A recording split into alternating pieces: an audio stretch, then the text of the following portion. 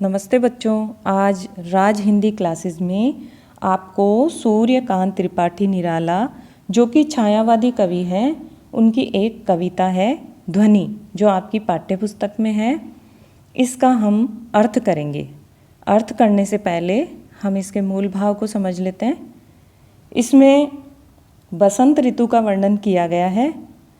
बसंत ऋतु में जिस प्रकार से प्रकृति खिल जाती है, उसी प्रकार से मनुष्य के जीवन में भी ऐसे पल आते हैं जिसमें मनुष्य बहुत ही उल्लास से भरा हुआ होता है। ऐसी स्थिति में कवि ने बसंत ऋतु से उस अपने मन के भावों को व्यक्त करने के लिए प्रकृति का सहारा लिया है और उन्होंने प्रकृति पर अपने भावों को दर्शाया है।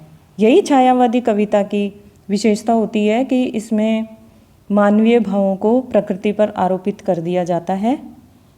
तो चलिए शुरू करते हैं। अभी न होगा मेरा अंत, अभी अभी ही तो आया है मेरे वन में मृदुल वसंत। अभी न होगा मेरा अंत। इसमें कवि क्या कह रहे हैं कि अभी उनका अंत नहीं होगा, क्योंकि उनके जीवन में बसंत रूपी यौवन अभी अभी तो आया है। अर्थात कवि का जो मन है उसमें जोश भरा हुआ है।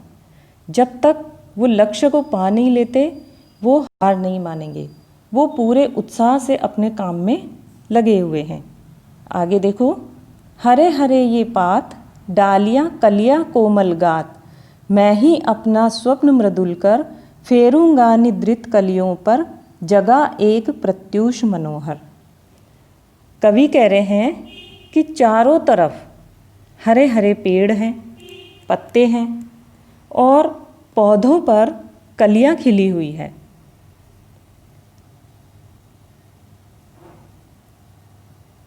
मानो अब तक वो सो रही थी और अब वो जाग गई है। मैं सूरज को यहाँ पर खींच कर ले आऊँगा और इन सोई हुई कलियों को जगाऊंगा।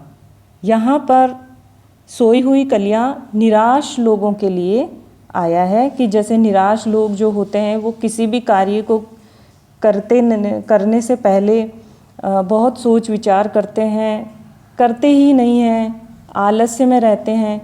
तो ऐसे में कलियों के माध्यम से कवि उन्हें जगाना चाहते हैं।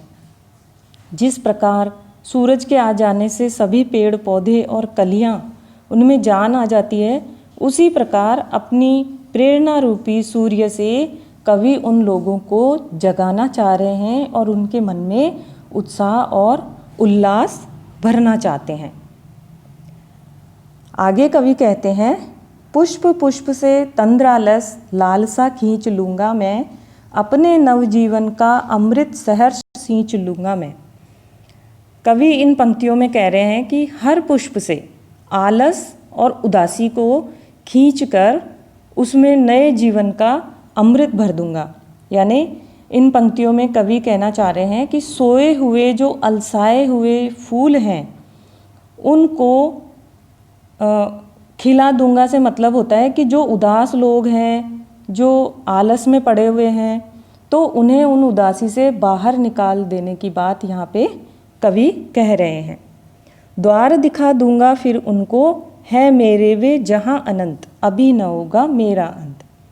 कवि इसमें कहना चाह रहे हैं कि मैं सोए हुए फूलों यानी निराश लोगों को जीवन का द्वार दिखा दूंगा, फिर वो अपनी मेहनत से अपना मन चाहा लक्ष्य प्राप्त कर लेंगे, आनंदित हो सकेंगे। और जब तक कवि यह कार्य नहीं कर लेते, तब तक उनका अंत नहीं होगा।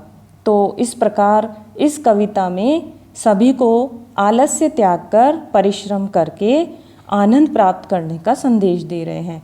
बच्चों, आप भी अपना आलस्य त्यागना और मेहनत करके अपने अध्ययन में लग जाना, और जब आपको उस अध्ययन का परिणाम मिलेगा तो आपको अति आनंद की प्राप्ति होगी।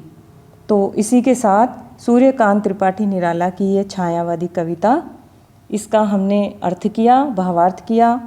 अगले वीडियो में हम इसके प्रश्न उत्तर भी करेंगे। तब तक के लिए नमस्कार।